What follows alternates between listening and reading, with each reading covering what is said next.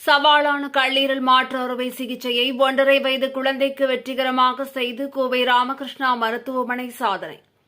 குழந்தைகளுக்கு கல்லீரல் செயலிழப்பை ஏற்படுத்தும் பிலியரி அட்ரேசியா எனப்படும் பிறவி நோயால் பாதிக்கப்பட்ட 1.5 வயது குழந்தைக்கு கல்லீரல் மாற்று அறுவை சிகிச்சையை கோவை ஆவாரம்பாளையத்தில் செயல்பட்டு வரும் ஸ்ரீ ராமகிருஷ்ணா பல்நோக்கு மருத்துவமனையானது வெற்றிகரமாக செய்து மருத்துவத்தில் புதிய மைல்கல்லை எட்டியுள்ளது.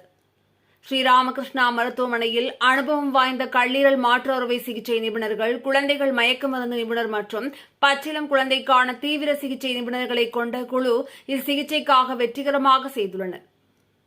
இந்த சிகிச்சைக்கான நவீன உபகரணங்கள் மற்றும் உள்கட்டமைப்பு வசதிகள் மருத்துவமனையில் அமைந்திருப்பது குறிப்பிடத்தக்கது. மூளைச்சாவு அடைந்த பெரியவரிடமிருந்து தானமாக பெறப்பட்ட முழு கல்லீரலும் 2 பகுதிகளாக பிரிக்கப்பட்டு முழு கல்லீரலும் 1.5 வயது குழந்தைக்கு பொருந்தாது என்பதால் ஒரு சிறிய பகுதி குழந்தைக்கும் கல்லீரல் செயலிழந்த மற்றொருவருக்கும் பெரிய பகுதி கல்லீரல் வெற்றிகரமாக பொருத்தப்பட்டுள்ளது. இதன் மூலம் மூளைச்சாவு அடைந்தவர் ஒரே நேரத்தில் கல்லீரல் செயலிழந்த 2 உயிர்களை காப்பாற்றியதோடு உடல் உறுப்பு தானத்தின் தாக்கத்தை அதிகப்படுத்தியுள்ளார். மருத்துவமனையின் கல்லீரல் அறுவை சிகிச்சை நிபுணர்கள் குழந்தையின் பெற்றோர்கள் தங்கள் கல்லீரலின் ஒரு பகுதியை தானம் செய்ய இயலாது என பரிசோதனைகள் மூலம் கண்டறிந்தனர். பின்பு மூளைச்சாவு அடைந்தவரின் கல்லீரல் மூலம் குழந்தைக்கு மறுவாழ்வு கிடைத்துள்ளது. தற்போது குழந்தை குணமடைந்து திருச்செங்கோடு அருகே உள்ள தனது கிராமத்தில் இயல்பு வாழ்க்கைக்கு திரும்பியுள்ளது. இந்த கல்லீரல் மாற்று அறுவை சிகிச்சை வெற்றிகரமாக முடிந்து குழந்தையின் உயிரை காப்பாற்றிய மருத்துவக் குழுவினரை SNR அறக்கட்டளையின் நிர்வாக காவலர் திரு டி. லட்சுமி நாராயணசுவாமி, தலைமை நிர்வாக அதிகாரி, மருத்துவ இயக்குநர் மற்றும் மருத்துவ கண்காணிப்பாளர் ஆகியோர் பாராட்டினர். மேலும் தமிழ்நாடு முதலமைச்சரின் விரிவான மருத்துவ காப்பீட்டு திட்டத்தின் கீழ் கல்லீரல் மாற்று அறுவை சிகிச்சை சேவைகளை ஸ்ரீராமகிருஷ்ணா மருத்துவமனை வழங்குகிறது. பொருளாதாரத்தில் பின்தங்கிய நோயாளிகளுக்கு உயிர்காக்கும் கல்லீரல் மாற்று அறுவை சிகிச்சையை இனி உலகத்தரத்திற்கு நிகராக இலவசமாக பெற சென்னை போன்ற பிற நகரங்களுக்கு செல்லாமல் இங்கேயே மேற்கொள்ள முடியும் என்பதை மருத்துவமனை நிர்வாகம் மகிழ்ச்சியுடன் தெரிவித்துள்ளது.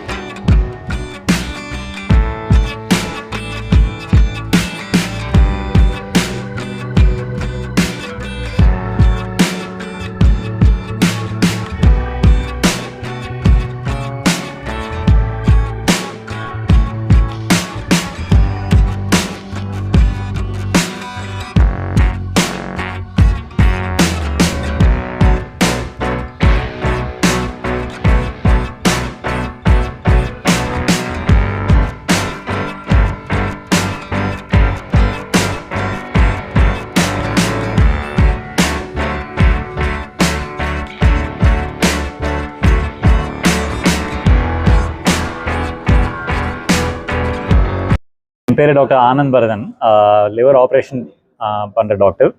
அவர் என்னோட கொலீக் டாக்டர் விகாஷ் மூண்ட், அவர் எங்கள் டீமோட முதன்மை லிவர் மாற்று அறுவை சிகிச்சை நிபுணர். அண்ட் டாக்டர் பிரேம்சந்தர் எங்கள் டீமோட லீட் டிரான்ஸ்பிளான்ட் அனஸ்தெட்டிஸ்ட், லிவர் மாற்று ஆப்ரேஷனுக்கான மயக்க மருத்துவ மற்றும் ICU நிபுணர்.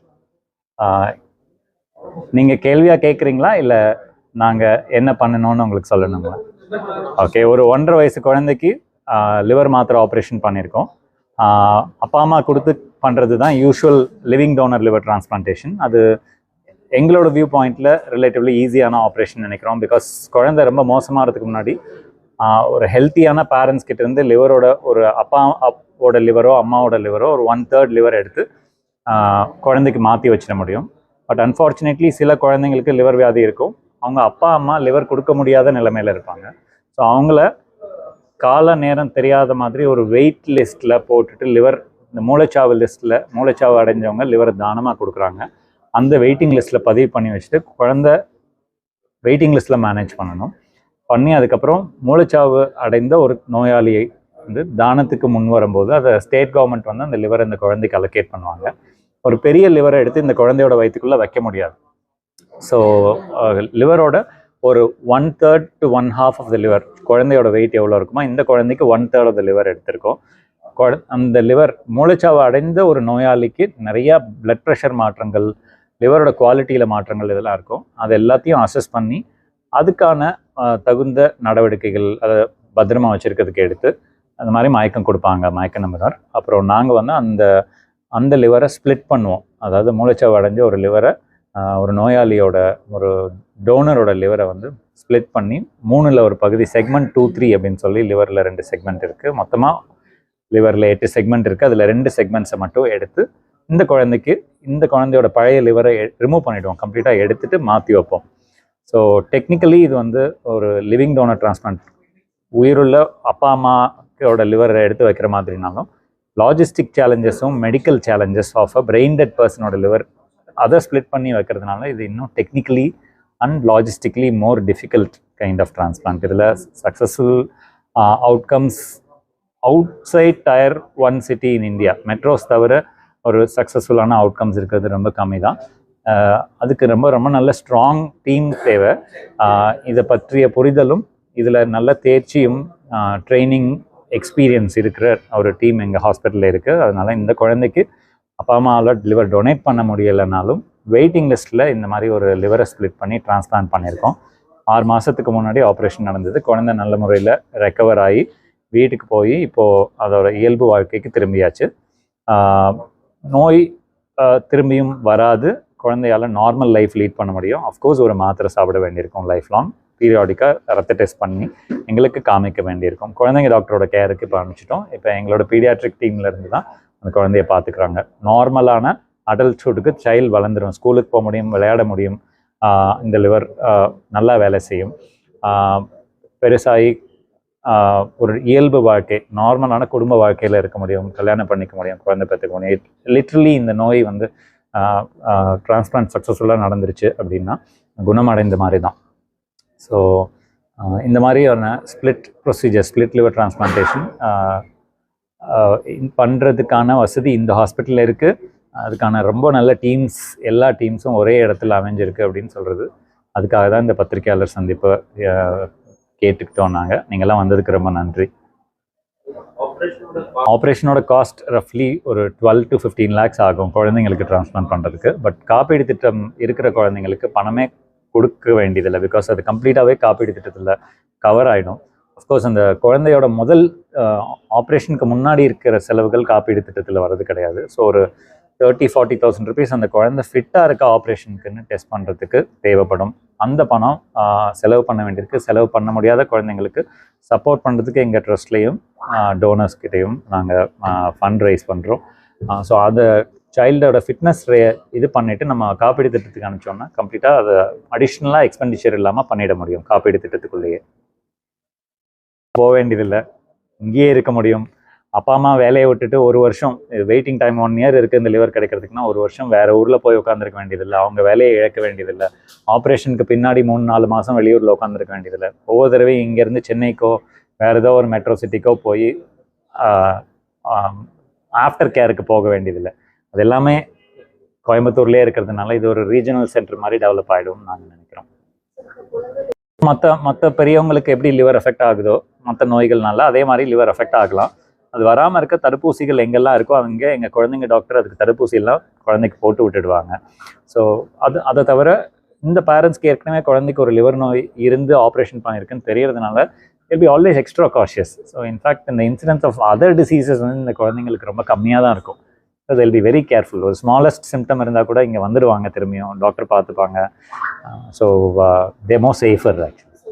Hepatitis B virus and the vaccination போகவே வந்து ப்ராப்ளம். ஏன்னா ஹெப்படைட்டிஸ் பி லிவர் வியாதிக்கான ஒரு காரணம் தான், அது தவிர ஹெப்படைட்டிஸ் பி இருக்குது நிறையா. இந்த குழந்தைங்க இருந்தது பிலியரி அட்ரிசியான ஒரு கன்ஜென்டல் கண்டிஷன், பிறவி கோளாறு. ஸோ அதனால வரலாம். வில்சன்ஸ் டிசீஸ்னு காப்பர் அதிகமாக இருக்கிறதுனால வரலாம். ஹீமோக்ரோமட்டோசிஸ்னு அயன் அதிகமாக இருக்கிறதுனால வரலாம். ஆட்டோஇம்யூன் டிசீஸ், அது வந்து நம்ம உடம்போட நோய் எதிர்ப்பு சக்தி நம்ம உடம்பை காப்பாற்றாமல் நம்ம லிவரை போய் டேமேஜ் பண்ணுறதுனால லிவர் டிசீஸ் வரலாம். ரொம்ப முக்கியமாக ஃபேட்டி லிவர் டிசீஸ், சரியான ஆகாரம் எடுத்துக்காமல் ஆகாரத்தில் சர்க்கரை அதிகமாக சாப்பிட்றதுனாலையும் ஆகாரத்தில் கொழுப்பு அதிகமாக எடுத்துக்கிறதுனாலையும் ஃபேட்டி லிவர் டிசீஸ் வரலாம். அஃப்கோர்ஸ் ஆல்கஹால், அதுதான் பெரியவங்களுக்கு முக்கியமான காரணம். ஸோ ஹெப்படைட்டிஸ் பி ஒரு சின்ன ஸ்பெக்ட்ரம் தான். இப்போ வேக்சின் வந்ததுக்கப்புறம் கிட்டத்தட்ட அதை நாங்கள் பார்க்குறது ரொம்ப குறைஞ்சிருச்சு. ஹெப்படைட்டிஸ் பினால வர லிவர் ஃபெயிலியர், மீதி காரணங்கள்லாம் அப்படியே தான் இருக்குது.